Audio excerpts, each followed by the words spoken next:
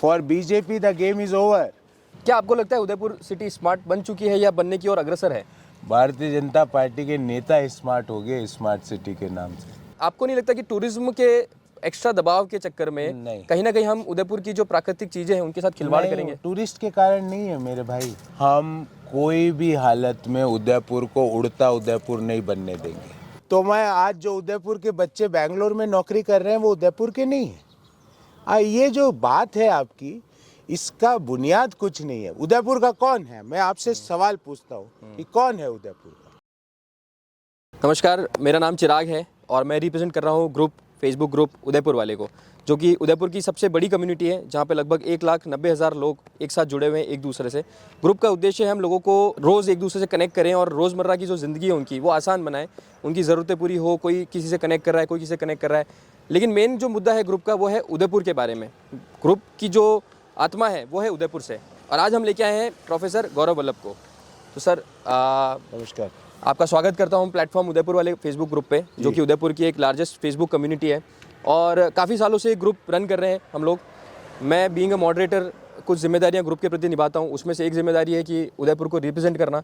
मुझे लगता है कि ऐसे सवाल जो आज तक आपसे किसी ने पूछे नहीं है, हम आज आपसे पूछना चाह रहे हैं उदयपुर वाले लोगों के माध्यम से। बेसिकली जो उदयपुर वाले लोग हैं, जो उनके जनता के जो सवाल हैं वो हम आपसे आज पूछना चाह रहे हैं। बिल्कुल। मैं चाह रहा हूँ कि हम लोग रानी रोड पे वॉक करते हुए इसके बारे में बात करें, सो दैट कि उदयपुर की जनता को पता पड़ सके कि हम बिल्कुल ऑर्गेनिक और रॉ इंटरव्यू आपका लेना चाह रहे हैं और जो आपका विजन है उदयपुर को लेके वो लोगों तक हम क्लियर पहुंचाएं।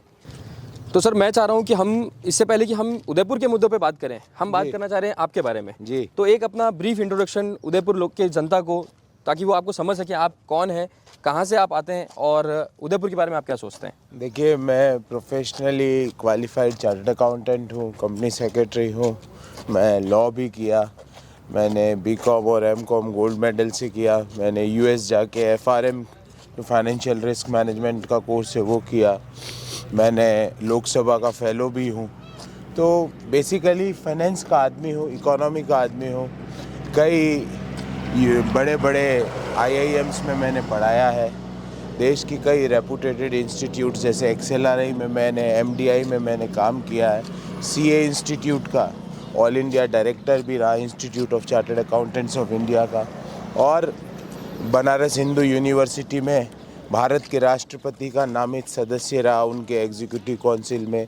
कई पब्लिक लिस्टेड कंपनीज़ के बोर्ड में इंडिपेंडेंट डायरेक्टर रहा।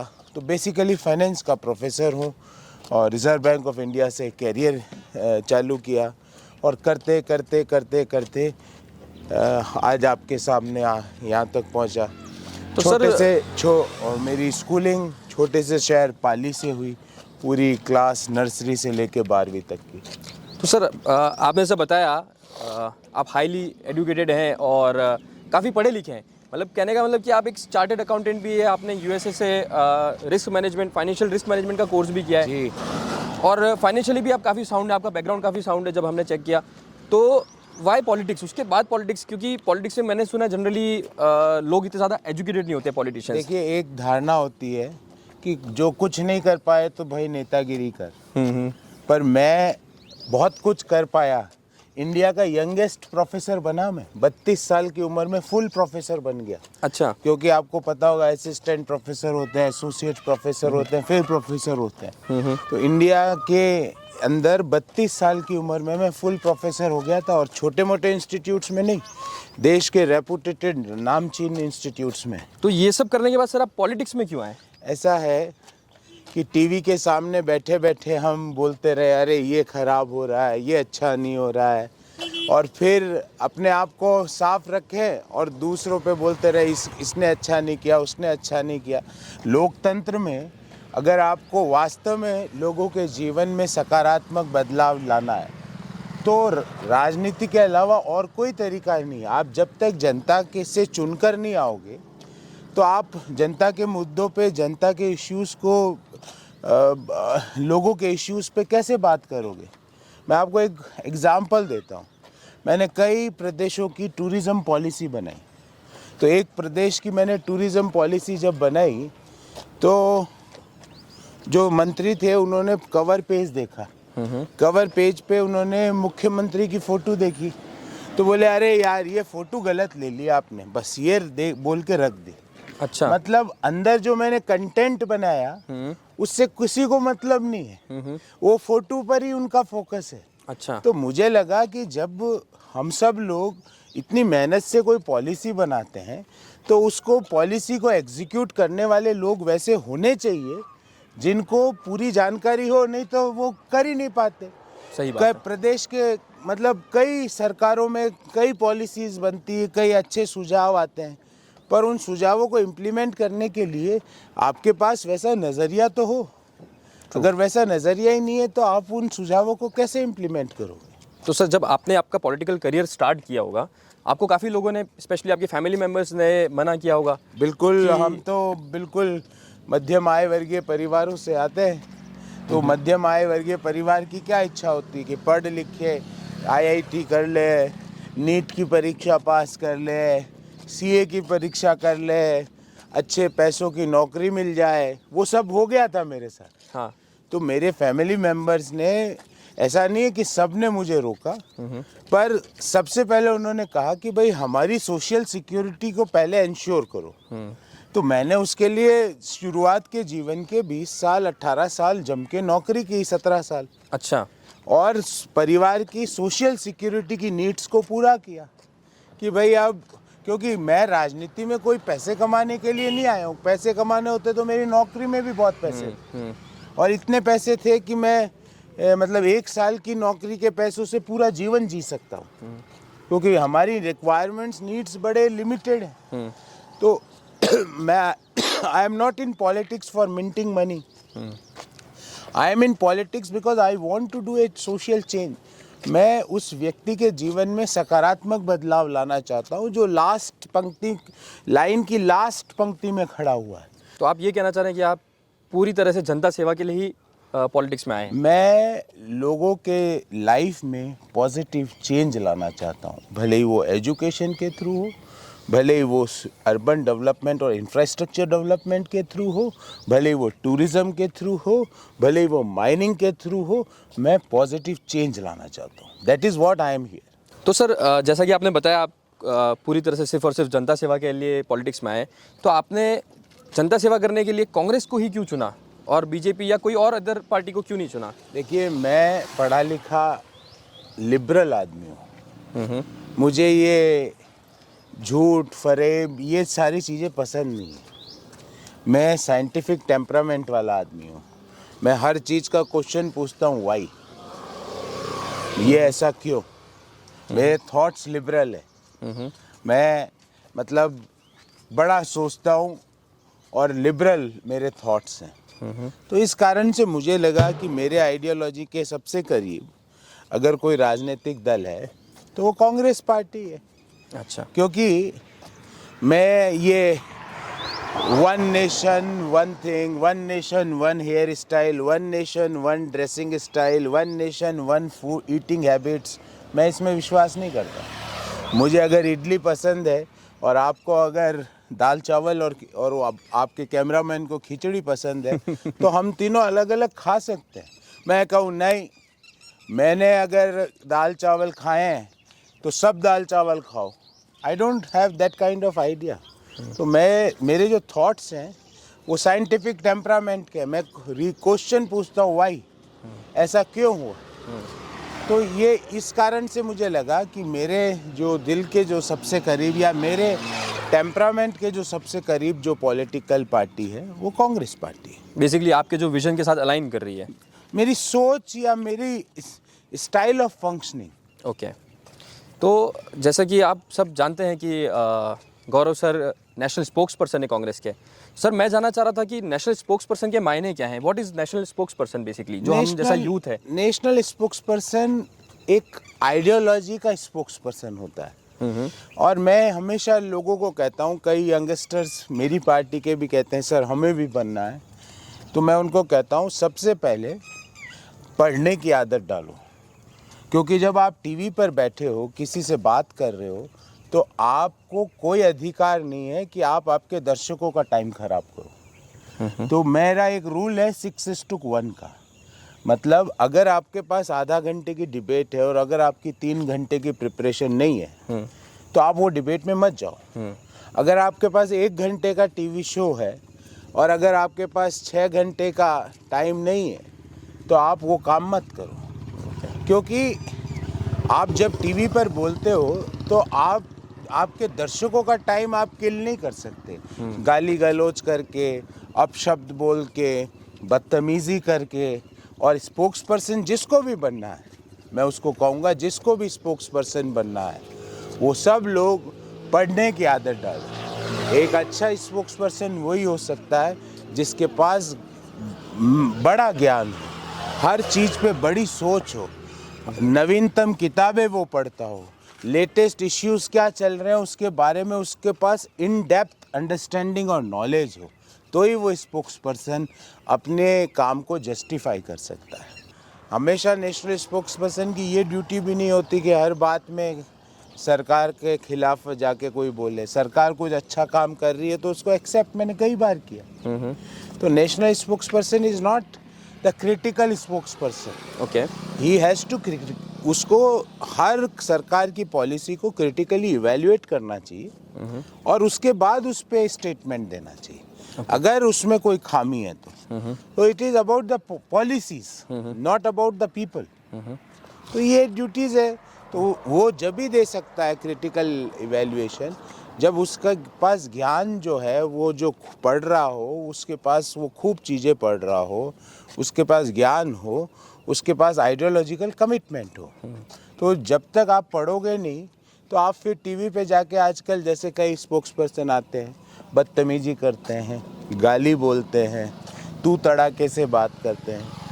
ये सारे नेशनल स्पोक्स पर्सन को नहीं करने चाहिए मुझे लगता। और ड्यूटीज़ है आइडियोलॉजी को प्रमोट करना। अच्छा, तो सर जैसा कि हम सब जानते हैं आप इस बार उदयपुर से चुनाव लड़ रहे हैं, तो आपने यहाँ के बेसिकली आप यहाँ उदयपुर के नेटिव नहीं हैं जैसा हमको हमारी ऐसा नहीं है। उदयपुर का कौन है? आप हैं उदयपुर के? बिल्कुल, मैं तो कैसे? मैं यहीं पैदा हुआ। आप कैसे प्रूव कर सकते हैं कि आप उदयपुर के हैं? क्योंकि आपके 40 साल पहले, 30 साल पहले आपके पापा या आपके दादा हो सकता है कि सोलुम्बर से आए हो, बांसवाड़ा से आए हो, डूंगरपुर से आए हो, पाली से आए हो, सिरोही से आए हो या रणकपुर से, गोगुंदा से आए हो। आज तक जितने भी यहाँ जनप्रतिनिधि हुए, कौन है उदयपुर का? सुखाड़िया साहब भी उदयपुर के नहीं थे, वो नाथद्वारा से आए। गुलाब चंद जी कटारिया साहब भी उदयपुर के नहीं है, वो देलवाड़ा से आए। मैडम गिरजा व्यास भी उदयपुर की नहीं है, वो गुजरात से होती, नाथद्वारा होती हुई उदयपुर आई। तो आप कैसे कह सकते हो? आप भी नहीं हो उदयपुर के, हम दोनों उदयपुर के नहीं, आपका कैमरामैन भी उदयपुर का नहीं है, क्योंकि ये भी 40 साल 50 साल पहले आया होगा। जितने भी यहाँ पे लोग रह रहे हैं उनमें उदयपुर का कौन है और उदयपुर का नहीं है, इस बात का जवाब दीजिए आप इंडिया के, मैं हूँ, आप भी इंडिया के हैं, ये मैं मान सकता हूँ और ये कह सकता हूँ, क्योंकि हमारे पास हमारे फोर फादर्स, हमारे 8 जनरेशन्स भी यहीं पे पैदा हुए, इसी मिट्टी से आए। तो हम बोल सकते हैं आप राजस्थान के हैं, आप राजस्थान के नहीं है, मैं मान सकता हूँ। पर मैं अच्छा पढ़ लिख गया और मैंने मेहनत करी, जब दूसरे लोग घूम रहे थे उसके कारण मुझे बॉम्बे में, पूना में, जमशेदपुर में, दिल्ली में मैंने नौकरियां करी। तो मैं आज जो उदयपुर के बच्चे बेंगलोर में नौकरी कर रहे हैं वो उदयपुर के नहीं हैं। ये जो बात है आपकी, इसका बुनियाद कुछ नहीं है। उदयपुर का कौन है? मैं आपसे सवाल पूछता हूँ कि कौन है उदयपुर का? क्या 10 जनरेशन पहले वाले उदयपुर के हैं कि 6 जनरेशन वाले? मेरी पत्नी की पूरी एजुकेशन यहाँ से हुई, इंजीनियरिंग उसने यहाँ से की, स्कूलिंग यहाँ से की, क्या वो उदयपुर की है? आप उसको उदयपुर का मानते हो? मेरी एक ही बच्चा है जो बेटी है, वो उसका जन्म यहाँ हुआ। मेरे एक ही भाई बहन नहीं है, एक ही बहन है, उसकी विवाह यहाँ पर हुआ उदयपुर में। मैंने सीए की परीक्षा यहाँ से दी। मेरे पास 2500 साल से यहाँ पर घर है, ऑफिस है। तो उदयपुर का कौन है मुझे ये बताइए ना। तो आप भी नहीं है, मैं भी नहीं हूँ, आपका कैमरामैन भी नहीं। क्योंकि ये सवाल पूछने का मेरा तात्पर्य ये है सर कि लोगों के ये सवाल है कि जो उदयपुर के बारे में सबसे ज़्यादा जानता है वही प्रतिनिधित्व करना चाहिए बड़े मंच पे, बड़े प्लेटफॉर्म पे उदयपुर के बारे में। तो आपने उदयपुर को क्यों चुना अपने देखिए, राजनीतिक? पॉलिटिकल पार्टीज में प्रत्याशी नहीं चुनते हैं। पॉलिटिकल पार्टी का एक सिस्टम होता है कि इस जगह से ये प्रत्याशी सबसे फिट है। आप नहीं चुनते हैं।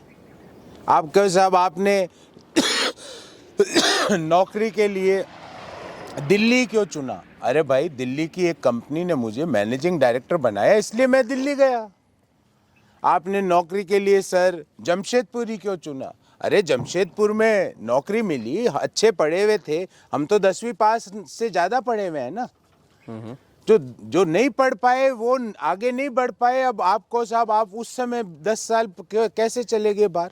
अरे हम इसलिए गए क्योंकि हमने मेहनत करी, जब पढ़ने का समय था, जब लगन से पढ़ाई की, इसलिए हमें नौकरी मिली। आगे नौकरी करने गए, नौकरी करके अपने आप को एस्टेब्लिश किया। छोटे मिडिल क्लास परिवारों से आए, लोअर इनकम ग्रुप फैमिली से आए। कोई सिल्वर स्पून लेके पैदा थोड़ी हुए। कोई हमारे ये थोड़ी कि हम करोड़ों रुपए लेके पैदा हुए।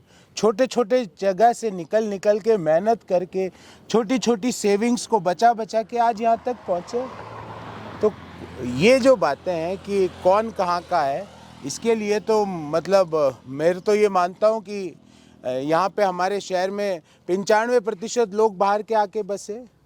सलूम्बर से लेके बांसवाड़ा, डूंगरपुर, पाली, सिरोही, जोधपुर, जयपुर, आजकल तो बाहर दिल्ली के भी लोग यहाँ के बसे, बड़ी बड़ी कंपनियों में काम करते हैं। कोई अगर हिंदुस्तान जिंक में काम करता है, उत्तर प्रदेश का आदमी, पिछले 40 साल से यहाँ रह रहा है, तो आप उसको उदयपुर वाला मानोगे कि नहीं मानोगे? ये जो चीज़ें हैं, इसको समझना पड़ेगा हमें। आपने जो सवाल पूछा है, हम सब लोग सबसे पहले तो हिंदुस्तानी हैं। उसके बाद हम सब लोग जिनका जन्म, जिनका बैकग्राउंड, जिनके फोरफादर्स राजस्थान में रहते हैं, हम सब राजस्थानी हैं। अब राजस्थान में किसी को नौकरी के लिए कहीं जाना पड़े, कहीं आना पड़े, वो सब उससे उसकी डोमिसाइल आप चेंज कर दोगे। उदयपुर के बारे में बेसिकली आपको क्या सबसे अच्छा लगता है? आपको उदयपुर के बारे में हर उदयपुर वासी को एक ही चीज़ अच्छी लगती है, वो है यहाँ का प्रकृति का सबसे वरदान दिया हुआ हमारे शहर को। दुनिया का सबसे सुंदर शहर है हमारा, दुनिया का। और ये आप या मैं या आपके कैमरामैन नहीं कह रहे, दुनिया की बड़ी बड़ी रेटिंग एजेंसीज जो सुंदरता की रेटिंग करती है वो कहती है। मैं आपके कैमरामैन को कहूँगा एक झलक दिखलाए, ये दुनिया का सबसे सुंदर शहर है। अब आप दुनिया के सबसे सुंदर शहर में फतेह सागर, जो कि इस सुंदर शहर की जान है, वो झील की हालत दिखाओ, ये झील की हालत दिखाओ। तो सर, अभी तक तो आपको समझने में मुझे समझ में आया कि आप काफ़ी एडुकेटेड हैं और काफ़ी ज़्यादा आपको उदयपुर के बारे में नॉलेज भी है। लेकिन जो उदयपुर के कोर मुद्दे हैं, जिसके ऊपर मुझे लगता है शायद काम करने की काफ़ी ज़्यादा ज़रूरत है, और ये मेरा पर्सनल ओपिनियन भी है कि उदयपुर में जैसे डस्टबिन्स हो गए या कचरे का जो सिस्टम है, जो कचरे को कलेक्ट करने का सिस्टम है, जिस तरह से ये मेरा मानना है, जिस तरह से उसकी धज्जियाँ उड़ाई गई है प्रेजेंट तरीके से, जहाँ से सारे डस्टबिन्स रिमूव कर दिए गए पब्लिक प्लेसेस से, और कचरा बहुत पूरे शहर में हर जगह कहीं ना कहीं गिरा हुआ है। तो आपका इस मुद्दे को लेके आपका क्या सोच विचार है? सबसे पहले तो मैं आपको कहूँगा कि अपन फतेह सागर की पाल पे बैठे और इम्पोर्टेंट जगह बैठे, राजीव गांधी उद्यान के बिल्कुल सामने। ये देखिए, ये मैं आपके कैमरामैन को कहूँगा ये दिखाए कि ये क्या कचरा है ये, और ये पूरी पाल टूटी हुई है। यहाँ पे देखिए, ये पूरी पाल भी टूटी हुई है तो पूरी। और वहाँ बाहर एक बोर्ड लगा हुआ है कि खेल ख़त्म नहीं हुआ है। आप ये भी आइए, मैं आपके कैमरामैन को कहूँगा एक बार मेरे साथ आए, ताकि उदयपुर शहर के लोगों को दिखाए कि सोच क्या है। ये बोर्ड पे एक बार आप अपनी डालेंगे, खेल ख़त्म नहीं हुआ, लोगों के जीवन का खेल ख़त्म हो रहा है। ये कह रहे हैं the game is not over, for BJP the game is over, पर लोगों के जीवन का गेम ओवर हो रहा है यहाँ पे। तो इसका जिम्मेवार कौन है? जो ये लिख रहे हैं कि गेम इज़ नॉट ओवर, वो लोग जिम्मेवार हैं इसके। उनको बताना पड़ेगा कि ये पाल टूटी तो अभी तक क्यों नहीं बनी। उनको ये बताना पड़ेगा कि पिछले 6 महीने से यहाँ पे सफाई क्यों नहीं हुई। उनको ये बताना पड़ेगा कि ये झीलें इस तरह गंदे क्यों, एक गंदगी का एक संग्रह क्यों किया हुआ है इन झीलों ने, जो हमारे लिए गंगा की तरह पवित्र हैं। तो यही चीज़ें टूरिस्ट को अट्रैक्ट करती है और यही चीज़ें टूरिस्ट को ये कहती है कि यहाँ मत आओ। मैं उदयपुर को देश का अगले 5 सालों में देश के पहले 10 क्लीन सिटीज़ में शुमार करने का मैं प्रण लेता हूँ। आई टेक ओथ कि Udaipur will be in first 10 cities in our country as far as cleanliness is concern. और खेल ख़त्म नहीं हुआ है, खेल ख़त्म हो चुका है बीजेपी के लिए। पिछले 20 साल से भारतीय जनता पार्टी के लोग यहाँ पर काबिज़ हैं, नगर निगम में उनका बोर्ड है। उनको जवाब तो देना पड़ेगा कि ये व्यवस्था किसकी है। पूरा अपन ने अभी फतेह सागर की पाल पे अपन लगभग 1-1.5 किलोमीटर चले। आपके कैमरामैन भी थे, आप भी थे, मैं भी थे। कहीं अपन ने एक भी डस्टबिन देखा? और एक लिखा हुआ है खेल ख़त्म नहीं हुआ है। पता नहीं क्या है, ये कौन लोग हैं, कहाँ से आते हैं और इनकी ये सोच कहाँ से आती है, जो दुनिया के सबसे सुंदर शहर को आज उन्होंने ये हालत कर दी। आपके सामने है ये सारी हालत। तो आप ये कहना चाह रहे हैं कि अगर आपको हम इलेक्ट करते हैं तो आप उदयपुर में सबसे पहले डस्टबिन्स लगाने का काम करेंगे? डस्टबिन्स नहीं, उदयपुर को पूरा waste management policy, waste disposal policy, cleanliness के लिए और क्या क्या, लेक्स की क्लीनलीनेस के लिए क्या क्या काम होंगे। Dustbin is a very small part. और डस्टबिन भी भाटे के नहीं जो यहाँ के लोग नगर निगम ने और पूर्व के हमारे जनप्रतिनिधि ने लगाए। डस्टबिन भी ऐसे जिसको खाली किया जा सके। तो ये सारी चीज़ें हम क्लीनलीनेस पे करेंगे जब भी तो टूरिस्ट आएगा। टूरिस्ट के आने के 3 तरीके, एक तो कनेक्टिविटी। आपको इंटरनेशनल टूरिस्ट चाहिए तो दुबई और सिंगापुर की डायरेक्ट फ़्लाइट चाहिए हमको। अगर सदर्न इंडिया से आपको टूरिस्ट चाहिए तो यहाँ से ट्रेन चाहिए हमको, बैंगलोर के लिए, हैदराबाद के लिए, चेन्नई के लिए, बॉम्बे के लिए हमें डायरेक्ट ट्रेन चाहिए। आज हम ट्रेन नहीं दे पा रहे क्योंकि जनप्रतिनिधि सोए हुए हैं। वो यहाँ के जो पुराने जनप्रतिनिधि हैं उनका एक ही विज़न है जिसका नाम है टेलीविज़न। तो टेलीविज़न से आप इस सुंदर शहर के साथ खिलवाड़ क्यों करते हो? तो ये जो सवाल थे, ये जो मेरा एक सवाल था डस्टबिन को लेके, ये मैं खुद पर्सनली भी बहुत ज़्यादा फेस करता हूँ और मुझे लगता है आए दिन इस पे हमारे ग्रुप पे भी बहुत काफ़ी लोगों की चर्चा होती रहती है। डस्टबिन तो करेंगे ही, but dustbin is only one part. इसके अलावा जो इश्यूज़ हैं, आपके नज़रिए से क्या इश्यूज़ है जो उदयपुर फेस कर रहा है? युवाओं के रोज़गार का इश्यू है जो सबसे इम्पॉर्टेंट इश्यू है। वो कैसे टैकल करेंगे आप? आप जब टूरिस्ट का फुटफॉल बढ़ेगा तो टैक्सी ऑपरेटर्स के भी आय बढ़ेगी, गाइड्स की भी आय बढ़ेगी, गाइड्स की डिमांड भी बढ़ेगी। अगर फुटफॉल यहाँ पे बढ़ेगा तो रेस्टोरेंट्स और होटल इंडस्ट्री से जो संबंधित लोग हैं, काम कर रहे हैं, नौकरी कर रहे हैं, उनकी नई नौकरियों की डिमांड बढ़ेगी। फिर जो हैंडीक्राफ्ट, ये emporium, boutique shops, cafe shops जो चलाने वाले हैं उनकी आय बढ़ेगी, उनके यहाँ भी जॉब्स की नई रिक्वायरमेंट होगी। तो जब भी तो मैं कह रहा हूँ सबसे पहली चीज़ तो मेरे लिए टूरिस्ट फुटफॉल को डबल करना है। दुनिया का सबसे सुंदर शहर सबसे ज़्यादा टूरिस्ट फुटफॉल को डिज़र्व करता है। नंबर 2 माइनिंग इंडस्ट्री है। पिछले 20 साल से इस धरती में हर दुनिया का हर मिनरल और मौजूद है। हमने 20 साल से नया कौन सा मिनरल खोज किया और कौन सा खोज किया? और माइनिंग ऐसे नहीं कि इन पहाड़ों को हम खोखला कर दें। ये हम पहाड़ और झीलें हमारी आत्मा है। इस हमारे शहर की अगर अंतरात्मा है तो इन पहाड़ों में और झीलों में। यहाँ का जो हमारा जो स्थानीय वासी है वो अपने ड्राइंग रूम में कचरा फेंक देगा पर झीलों में कचरा नहीं फेंकेगा, पहाड़ों को कुछ नहीं करेगा। ये हमारी परंपराएं हैं। पर फिर भी ये इस तरह के अगर दृश्य देखने को मिलते हैं तो इससे ज़्यादा दुखद कोई चीज़ नहीं हो सकती। तो रोज़गार का सृजन सबसे पहले टूरिज़्म से, दूसरा माइनिंग इंडस्ट्री में भी रोज़गार की अपार संभावना है, और तीसरा शहर का इंफ्रास्ट्रक्चर। आप ये बताओ, आपको अभी तो सुबह अपन जल्दी आ गए इसलिए टाइम से आ गए, बाकी आप जहाँ रहते हो वहाँ से यहाँ आने में 30-40 मिनट का समय लग जाए शाम को। मैं अगर सुखाड़िया सर्किल से या रानी रोड तक आऊँ जहाँ मेरा घर है पोलो ग्राउंड से अगर मैं रानी रोड तक आऊँ शाम को तो मुझे लगभग 25 से 30 मिनट चाहिए। ट्रैफिक कंजेशन है जगह जगह, इंफ्रास्ट्रक्चर है नहीं। तो आपको सोच तो रखनी पड़ेगी। मेरी सोच है कि मैं उदयपुर में मोनो रेल चलवाऊँगा, ये मेरी सोच है। मेट्रो नहीं कह रहा हूँ, मोनो रेल, जो सुखाड़िया सर्किल से महाकाल जी के मंदिर होते हुए जगदीश मंदिर जाए, जगदीश मंदिर से गुलाब बाग होते हुए, रावजी का हट्टा होते हुए, सूरज पोल होते हुए वापस सुखाड़िया सर्किल आए। एक सर्किट बने ताकि टूरिस्ट को मूवमेंट तो हो, नहीं तो उसको पता ही नहीं पड़ता है कि उसको क्या करना है, कहाँ जाना है। हमारे यहाँ इतने झीलें और पहाड़ों के अलावा इतने प्राचीन मंदिर है, हमने क्या डिवोशनल टूरिज़्म की कोई प्रयास किया? हेरिटेज टूरिज़्म का कोई प्रयास किया? हिस्टोरिकल टूरिज़्म का कोई प्रयास किया? एडवेंचरस टूरिज़्म का इससे ज़्यादा एडवेंचरस टूरिज़्म कहाँ हो सकता है इन झीलों के अलावा? पर क्या हमने प्रयास किया? एक तरफ आप कह रहे हैं कि टूरिज्म को बढ़ाने से रोज़गार बढ़ेगा, लेकिन जैसा कि मैं देख रहा हूं और हमारे फेसबुक ग्रुप पे भी काफ़ी सारे लोग आए दिन पोस्ट करते रहते हैं कि कभी कोई पहाड़ी को छलनी किया जा रहा है, वहाँ पे होटल रिसोर्ट के लिए ज़मीन को अलॉट किया जा रहा है, या कभी कोई पहाड़ पे इलीगल एक्टिविटी हो रही है जिसकी वजह से उस पहाड़ को पूरा काटा जा रहा है रोड निकालने के लिए, ताकि अंदर की प्लॉटिंग वगैरह हो सके इजीली और कनेक्टिविटी बन सके। बिना परमिशन लिए भी हो रहा है ये काम।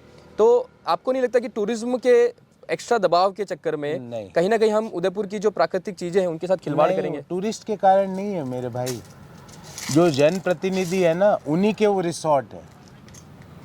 आप पता लगाओ कि ये जितने भी रिसोर्ट होटलें हैं ये कोई ना कोई नेता के निकलेंगे। इसीलिए मैंने आपको अपने पहली जो डिस्कशन हुआ उसमें कहा कि मैं शपथ लेता हूँ कि मैं उदयपुर में कोई होटल या रिसोर्ट खोलने नहीं आया हूँ और ना खोलूँगा कभी। मैं कोई माइन लेने नहीं आया हूँ। ये सब ये यहाँ के नेताओं के हैं। आप अगर देखोगे तो यहाँ के जो, और मैं उनका नाम नहीं लेना चाहता, अभी बड़े बड़े ओहदे पर वो लोग हैं, उनको बुरा लग जाएगा, पर उदयपुर वाले के सारे हमारे युवाओं को पता है कि कौन सा रिसोर्ट किस नेता का है, किसका पैसा कहाँ लगा हुआ है। तो इंफ्रास्ट्रक्चर को हमें डेवलप करना है टूरिज़्म के लिए, पर हमारी प्राकृतिक सुंदरता के साथ खिलवाड़ करते हुए नहीं। हमें होटल्स बनाने हैं पर पहाड़ों को खोखला करके नहीं। हमें माइंस से मिनरल निकालना है पर पहाड़ों को अंदर खोखला करके नहीं, उनको डिस्ट्रॉय करके नहीं। Mining with humanity, mining with nature, mining with sustainability is my core idea. Tourism with humanity, tourism by keeping ecological balance of the lakes and the mountains of our city, ये मेरा core idea. तो आप ये कहो कि साहब tourist बढ़ाएंगे तो हमारी होटलें ज़्यादा खुलेगी। अरे खुलेगी तो हम बलीचा के आगे समतल एरिया में खोलेंगे, वहाँ खोलेंगे। ये पहाड़ों का आवंटन जो इलीगल कर रहे हैं, कान खोल के सुन लीजिए सब लोग, और मैं आपके दर्शकों को भी इंश्योर करना चाहता हूँ, वो सारे नेता, वो सारे रियल एस्टेट के जो माफियाज हैं, वो कान खोल के सुन लीजिए। आपके अच्छे दिन ख़त्म हो चुके हैं। आपने जो भी इलीगल कराए हुए काम, उन इलीगल कामों को बंद करवाया जाएगा और हमारे शहर का इकोलॉजी को, लेक्स को, माउंटेन्स को, सुंदरता को मेंटेन करा जाए। मुझे लगता है सर सुबह का टाइम है और हमने भी आपको बहुत ज़्यादा जल्दी बुला लिया इस इंटरव्यू के लिए, तो क्यों ना हम एक चाय के साथ में इंटरव्यू को कंटिन्यू करें? बिल्कुल, चाय मंगाइए। यहाँ की चाय बड़ी अच्छी है, मैंने कई बार पी है। उस साइड तो कॉफ़ी और इस साइड की चाय। तो सर जैसे आप टूरिज़्म की बात कर रहे हैं, आप कह रहे हैं कि टूरिज़्म को बढ़ाएंगे और उसके साथ साथ जो रिसोर्ट्स और होटल्स वगैरह जो बन रहे हैं, आप कह रहे हैं कि उस पर भी हम पाबंदी लगाएंगे जिससे कि इलीगल।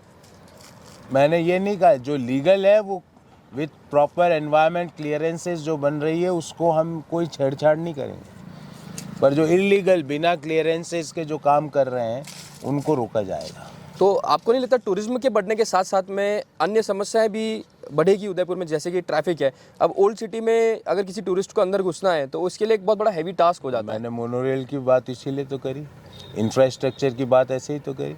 देखिए, एक बड़ा सा मेरा सिंपल कॉन्सेप्ट है, टूरिस्ट आए वो हमारे सर आँखों पर है, पर हमारी क्वालिटी ऑफ लाइफ को अगर उससे डिस्टर्बेंस होता है तो हमें वैसे टूरिज़्म को नहीं बढ़ाना है। तो हमारी क्वालिटी ऑफ लाइफ को मेंटेन करते हुए हमें टूरिस्ट को लाना है। इसीलिए तो मैंने कहा टूरिज़्म, माइनिंग और इंफ्रास्ट्रक्चर। इंफ्रास्ट्रक्चर में जब आपने जब भी जगदीश चौक की बात करी, जगदीश मंदिर की बात करी, महाकाल जी के मंदिर की बात करते हैं, अम्बा माता, नीमच माता, इस कालका माता, हमारे एकलिंगनाथ जी, हमारे तो नाथ ही एक ही है, पूरे मेवाड़ के एक ही नाथ। तो यहाँ पे एक सर्किट बनाना पड़ेगा हमें डिवोशनल टूरिज्म का। उसके लिए मैंने मोनोरेल रेल की बात करी, ये भी तो इंफ्रास्ट्रक्चर ही है।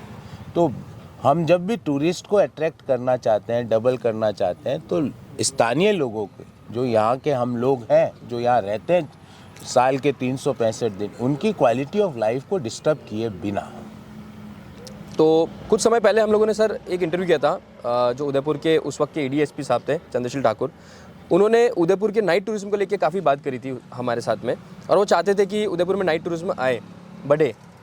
तो जब टूरिज्म की हम बात कर रहे हैं तो क्या आपके विजन में नाइट टूरिज्म एक बड़ा? देखिए, नाइट टूरिज्म भी होना चाहिए, मैं उसके खिलाफ नहीं हूँ।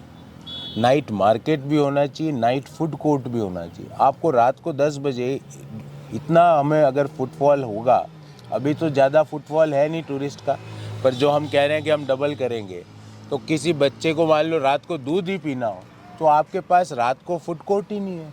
11 बजे बाद आपका कोई रेस्टोरेंट या कोई कॉफ़ी शॉप ही खुली नहीं है, सिवाय जो 5 स्टार होटल्स हैं उनके कॉफ़ी शॉप्स के अलावा।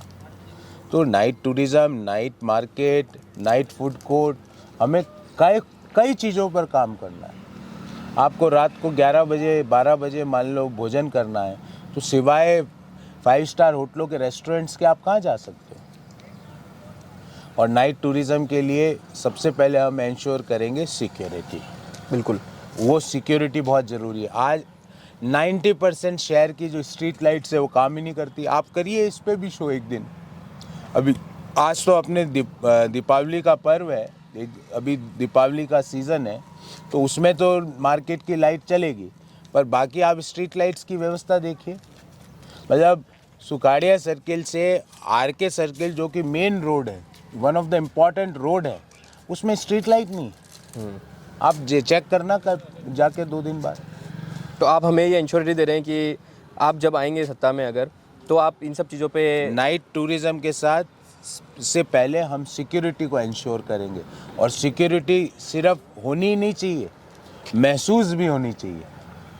मैं कहूँ आप सिक्योर हो, उससे काम नहीं चलेगा, आपको मुझे महसूस भी कराना पड़ेगा कि मैं सिक्योर हूँ। क्योंकि नाइट टूरिज्म की बात जब हम कर रहे हैं, टूरिज्म की जब हम बात कर रहे हैं, तो उसके साथ साथ में एक बहुत बड़ा मुद्दा उठता है, वो है ड्रग्स का, जो शहर में काफ़ी सारा ज़्यादा डेप्थ के साथ में घुस चुका है, और काफ़ी अंदरूनी इलाकों में ड्रग्स की सरेआम खरीद फरोख्त हो रही है, और जो यंगस्टर्स हैं, बेसिकली यूथ जो है, काफ़ी अट्रैक्टेड टुवर्ड्स ड्रग्स और क्लबिंग एक बहुत बड़ा पार्ट प्ले करता है इसके अंदर भी। चिराग, हम कोई भी हालत में उदयपुर को उड़ता उदयपुर नहीं बनने देंगे,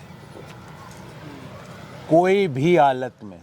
उसके लिए हमें कितनी भी बड़ी कुर्बानी देनी पड़े, कितना भी बड़ा सेक्रीफाइस करना पड़े, उदयपुर को उड़ता उदयपुर नहीं बनने देंगे हम, ये मैं आपको इंश्योर करता हूँ। और उसके लिए एनफोर्समेंट जो एजेंसीज़ है, जो चीज़ों को एनफोर्समेंट, पुलिस है, जो नारकोटिक्स डिपार्टमेंट है, उनके साथ बैठ के ये सारे जो इनके सप्लाई चेन्स है, ड्रग्स के जो सप्लाई चेन्स के मॉडल्स है, उनको कट करेंगे।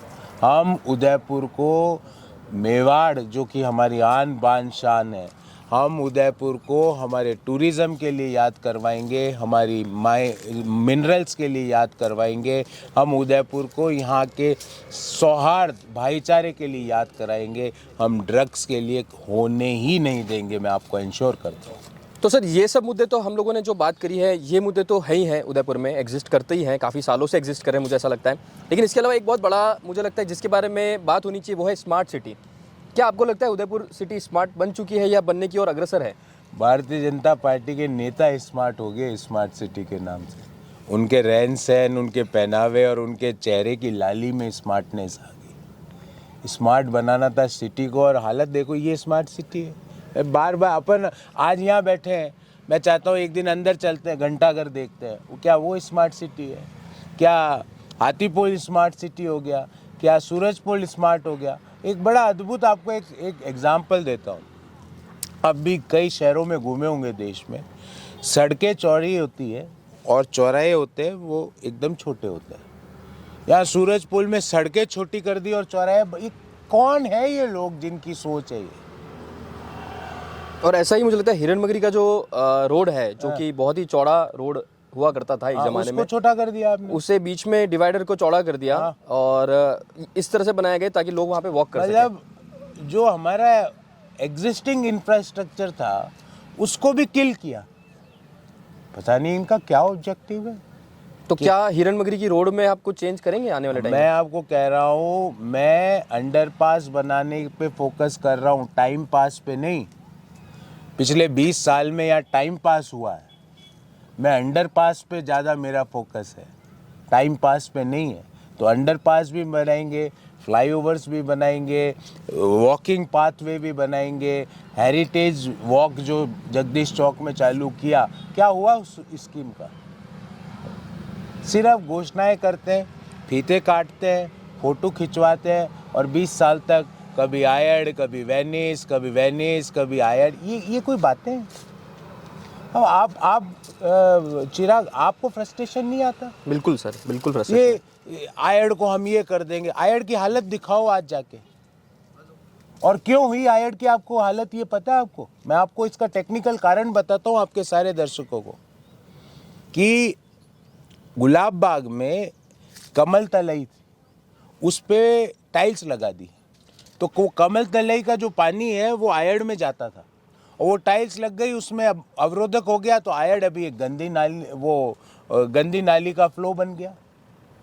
काफ़ी सालों से चल रहा है सर ये। हाँ, तो मतलब एग्जिस्टिंग जो आयड थी उसको ख़त्म कर दिया। और वेनिस क्या पता वेनिस रहते हैं कि उदयपुर रहते हैं वो लोग। अरे भाई, वेनिस छोड़ो, हमें तो हमारे महाराणाओं ने जो उदयपुर दिया था वही लौटा दो। वेनिस छोड़ो, हमें जो मोहनलाल जी सुखाड़िया साहब ने जो उदयपुर दिया था वही लौटा दो, हमें वो लौटा दो। हम इससे ऊब चुके हैं डायलॉग बाजी से। अभी तक तो हमने जो बात करी उदयपुर के मुद्दों के बारे में और आपके बारे में, व्यक्तिगत तौर पे आपसे बात करके मुझे काफ़ी अच्छा लगा, क्योंकि हम लोग हमेशा ये चाहते हैं कि एक एजुकेटेड पॉलिटिशियन हो ताकि उसको ज़मीनी हकीकत पता हो और उसे ये पता हो कि बेसिकली पॉलिसीज़ को इम्प्लीमेंट कैसे करना है, बदलाव कैसे लेके आना है। तो मैं तो काफ़ी खुश हूँ कि इस बार उम्मीदवार में एक हाईली एजुकेटेड उम्मीदवार भी है, जिसकी तरफ हम एक होप की नज़रों से देख सकते हैं। आपसे एक आखिरी सवाल, एक आखिरी मैसेज बेसिकली, जो आप हमारे ग्रुप उदयपुर वाले फेसबुक ग्रुप जो है, जो मोर देन 1,90,000 लोगों से ज़्यादा का लोगों से मिलकर बना हुआ ग्रुप है, उसके बारे में आप क्या मैसेज देना चाहेंगे? उससे क्या मैसेज देना चाहेंगे? मैं आपके पूरे उदयपुर वाला जो ग्रुप है उनको सबको एक ही चीज़ कहता हूँ। पहली चीज़, लोकतंत्र के महापर्व में हिस्सा लीजिए। दूसरी चीज़, प्रोफेसर गौरव वल्लभ के बैकग्राउंड को देखिए और उसकी सोच को सुनिए। उसके बाद अगर उस सोच में और उस बैकग्राउंड में विश्वास आपको लगता हो तो उसको अपना आशीर्वाद दीजिए। अगर उस सोच और बैकग्राउंड में विश्वास नहीं लगता है तो आप अपना निर्णय लीजिए, पर वोट ज़रूर दीजिए, क्योंकि इस वोट के लिए हमारे पुरखों ने, महात्मा गांधी, पंडित नेहरू, सुभाष चंद्र बोस, मौलाना आज़ाद, इन्होंने अपनी पूरे जीवन की कुर्बानियाँ दी है। इसलिए मताधिकार का प्रयोग कीजिए। सब यंगस्टर्स से मैं ये कहना चाहता हूँ, हम मिलके एक नया उदयपुर बनाएंगे, एक ऐसा उदयपुर जिस पे हम सबको, उदयपुर पे हमको गौरव हो, गर्व हो। और मैं तो हमेशा कहता हूँ, आपनो उदयपुर, आपनो गौरव। तो ये थे प्रोफेसर गौरव वल्लभ सर, और ये तो जनता बताएगी कि किसे जनता चुनना चाहती है और क्यों। उदयपुर का जो भविष्य है वो जनता के हाथ में है। तो मैं भी आप लोगों से सबसे ये अपील करूंगा कि कृपया वोट देवें, अपना टाइम निकालें। आपका टाइम और आपका वोट डिसाइड करेगा उदयपुर का future. Thank you so much. मेरा नाम चिराग मेहता, साइनिंग ऑफ उदयपुर वाले।